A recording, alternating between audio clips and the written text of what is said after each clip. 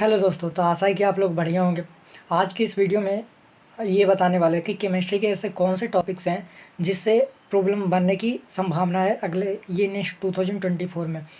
आप सभी का डिमांड था कि जैसे मैंने बायो का ऐसे इम्पोर्टेंट टॉपिक के बारे में बताया था, उसी प्रकार केमिस्ट्री का भी ऐसे टॉपिक्स के बारे में बताया जाए।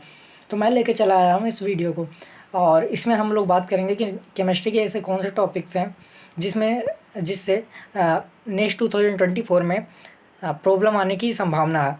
और इस वीडियो में यही सारे बातें की बात करते हैं कि ऐसे कौन सा टॉपिक्स हैं वो ज़्यादातर रिपीट हो सकते हैं कंसेप्ट, और उस पे बेस्ड आधारित मतलब प्रॉब्लम आ सकते हैं, क्वेश्चन बन सकते हैं। तो मैं ऐसे ही केवल 12 to 13 टॉपिक्स ऐसे लाया हूँ। अगर आप ये कर लेते हो तो आपको 20 मार्क्स तो कन्फर्म हो जाते हैं कि इसी पे बेस्ड रहेगा। और ऐसे तो बहुत सारे केमिस्ट्री के सारे ही टॉपिक्स इंपॉर्टेंट है, but most point of view की बात करते हैं, नेक्स्ट पॉइंट ऑफ व्यू से। तो यहाँ पे आपको कुछ ऐसे टॉपिक्स देखने को मिलता है जो ज़्यादा ही इम्पोर्टेंट रखता है।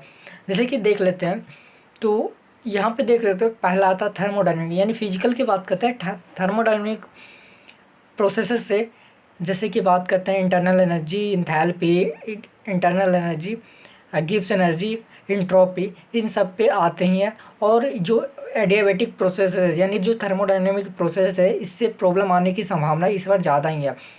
ग्राफ बहुत ज़्यादा इम्पोर्टेंट रखता है, क्योंकि जब हमने एनालिसिस किया था पिछले 5 साल का 5 पेपर का, तो ये पाया था कि अगर बात किया जाए जो 17 क्वेश्चन आते थे उसमें से केवल बात करते हैं तो 2 to 3 क्वेश्चन ऐसे आते थे जो ग्राफिकल होते थे, टोटली ग्राफिकल होते थे। आपको कंसेप्ट समझना होता था, उसके बाद आंसर देना पड़ता था।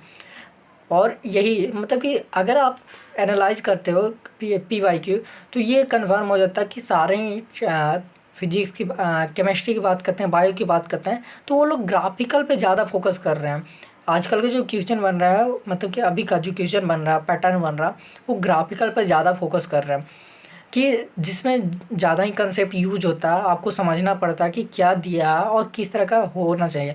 जैसे ट्रेंड की बात करते हैं, तो इन सारे तरह का प्रॉब्लम ग्राफ से रिलेटेड आ सकते हैं। दूसरे हैं एटॉमिक स्ट्रक्चर से बोहर रेडियाई। बोहर रेडियाई से आपको पूछा जा सकता है। फिर उसके बाद आपको एंगुलर मोमेंटम, फिर बोहर मैग्नेटम, इससे आपको पूछा जा सकता है। केमिकल बॉन्डिंग की बात करते हैं, तो ये 2 टॉपिक्स तो कन्फर्म है कि इसमें से पक्का एक प्रॉब्लम तो पक्का आएगा, शेप और हाइब्रिडाइजेशन से। इसमें से एक पक्का है, एकदम आप लिख के रखो कि आपका एक क्वेश्चन बनने वाला है शेप एंड हाइब्रिडाइजेशन से, या फिर बॉन्ड कंपैरिजन से। बॉन्ड कंपैरिजन में मतलब कौन सा ऐसा मॉलिक्यूल्स को बॉन्ड है जो ज़्यादा मतलब कि स्टेबल है, इस पे आप बताओ। उसके अलावा बात करते हैं तो BBT बैलेंस बॉन्ड थ्योरी, फिर CFT क्रिस्टल फील्ड थ्योरी, और ये सब आ सकता है।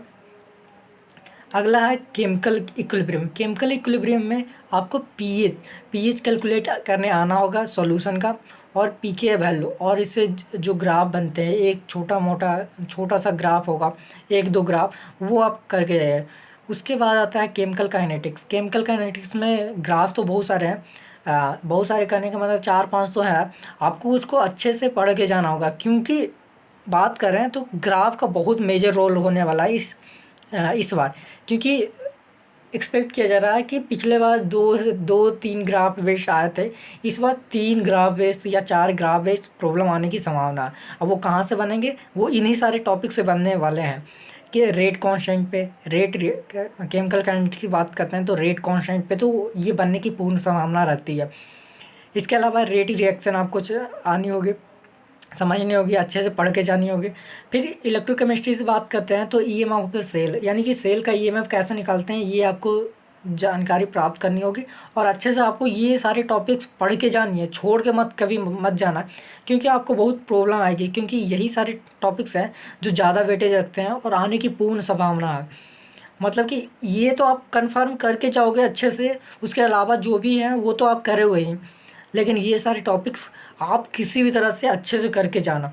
क्योंकि आने की पूर्ण संभावना इसी में से है, जितना मैंने कि एनालिसिस किया है पिछले 5 पेपर का। ये मैं बहुत सेल की बात करते हैं, फिर रिएक्शन की बात करते हैं, ये सारे इंपॉर्टेंट है। अगला है कोऑर्डिनेशन कंपाउंड्स है। Coordination compound major role play करता है, क्योंकि इसमें स्टेबिलिटी आता है, इलेक्ट्रॉन पेयरिंग एनर्जी आता है, क्रिस्टल फील्ड स्टेबिलिटी एनर्जी आता है, और जो एनर्जी निकाला जाता है crystal field stability energy stability पे, ये आप करके जाइएगा क्योंकि ये इम्पोर्टेंट है। और इससे आने की संभावना है कोऑर्डिनेशन कंपाउंड एक तो कन्फर्म है कि आने की पूर्ण संभावना है। इससे जो हाइब्रिडाइजेशन के केस बनते हैं, हाइब्रिडाइजेशन और शेप का, इससे भी आने की संभावना रहती है कंपाउंड का। तो आप ये करके जाइएगा अच्छा से। P block, D and F block, इससे भी आने की संभावना है, क्योंकि पी ब्लॉक के केस में या डी और ए ब्लॉक के केस में जो ग्राफ होते हैं, ट्रेंड का जो ग्राफ बनते हैं, उससे आने की पूर्ण संभावना है। और स्ट्रक्चर है इन सारे कंपाउंड का, पी ब्लॉक की बात करते हैं, डी एंड ए ब्लॉक में जो एक कुछ एनसीईआरटी में कुछ एक एग्जाम्पल के तौर पे दिया गया कंपाउंड, उसके स्ट्रक्चर इम्पोर्टेंट है। और देखा गया कि पिछले साल या पिछले साल ऐसा पूछा गया था कि कौन सा ऐसा किसमें OH बॉन्ड है, कितने OH बॉन्ड है, ऐसा पूछा गया था। इसके अलावा बात करते हैं इनऑर्गेनिक के रिएक्शन बहुत इंपॉर्टेंट है। आपको अच्छे से इनऑर्गेनिक के रिएक्शन याद करके जानी होगी, क्योंकि अगर समझ इनऑर्गेनिक रिएक्शन ज़्यादातर आपको याद नहीं करना पड़ता, लेकिन हाँ इनऑर्गेनिक के रिएक्शन बहुत इंपॉर्टेंट है। दूसरा, ये सबसे जो इम्पोर्टेंट टॉपिक आता है ऑर्गेनिक के केस में, रिएक्शन रिलेटेड बेंजीन। जो बेंजीन होता है, बेंजीन से जो रिएक्शन कराया जाता है बहुत सारे कंपाउंड, यानी बेंजीन के साथ कोई और ऐड किया जाए मॉलिक्यूल्स, तो उससे क्या बनेगा। बेंजीन से रिलेटेड जितने भी कंसेप्ट होते हैं, यानी कि जितने भी मॉलिक्यूल्स बन सकते हैं, रिएक्शन बन सकते हैं ऑर्गेनिक की बात करें, वो आप सभी करके जाना। क्योंकि मोस्ट ऑफ द केसेस में यही देखा गया कि बेंजीन को ही लेकर चला गया, बेंजीन से रिलेटेड, यानी कि बेंजीन हो गया, उसके बाद थायोफिनोन हो गया, मतलब बेंजीन जैसा स्ट्रक्चर से लेकर चलते हैं सारे लोग। प्रोफेसर का जो मेन चॉइस होता है वो होता है बेंजीन पे कौन सा ये रेजेंट डाला जाए, कैटालिस्ट डाला जाए कि क्या आपको मिलेगा कंपाउंड, ये बहुत सारे इंपॉर्टेंट है। उसके बाद एरोमेटिसिटी, रेजोनेंस, स्टीरियोआइसोमरेज, ये सारे इंपॉर्टेंट है। बेसिसिटी ऑफ मीन्स एक बार थोड़ा सा इसको देख कर चले जाना, क्योंकि इसमें थोड़ा सा ट्रेंड होता है इसमें कि जो एक्वस फॉर्म में और नॉन एक्वस फॉर्म में कुछ अलग होते हैं, तो ये आप देख के जाना। हाँ, लेकिन एक जो इम्पोर्टेंट है वो है ग्राफ बहुत ज़्यादा इम्पोर्टेंट है। इससे नेक्स्ट 2024 में की बात करें तो इसमें ग्राफ की आने की संभावना बहुत ज़्यादा है। और आपको इन टॉपिक को आपको अच्छे से करके जानी होगी, जहाँ तक मैंने ये सारा आपको बता दिया। अगर आप ये करके जाते हो तो कन्फर्म ऐसा उम्मीद है कि आपको 15 to 20 मार्क्स आने की पूर्ण संभावना है। ऐसे 2024 का भी PYQ डिस्कशन करेंगे ही, यानी कि 2024 का जब क्वेश्चन पेपर रिलीज होगा तो उस समय हम देखेंगे कि कौन सा ऐसा टॉपिक था जिससे आया। यही सारे टॉपिक्स मैंने एनालाइज करके आपको बताया, आप ये सब करके जाना।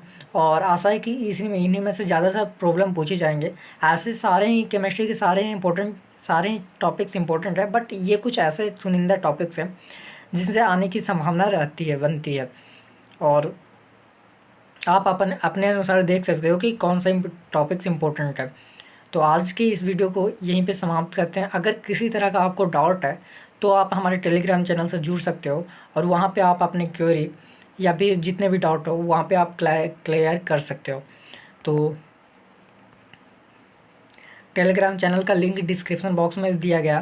तो आज के इस वीडियो को यहीं पे समाप्त करते हैं। अगर किसी और चीज़ पर वीडियो बनानी है तो आप हमारे कमेंट बॉक्स है नीचे, यूट्यूब के नीचे, आप उसमें लिख सकते हो कि कौन सा किस पे बनानी चाहिए वीडियो। तो आज की इस वीडियो के लिए इतना है। धन्यवाद।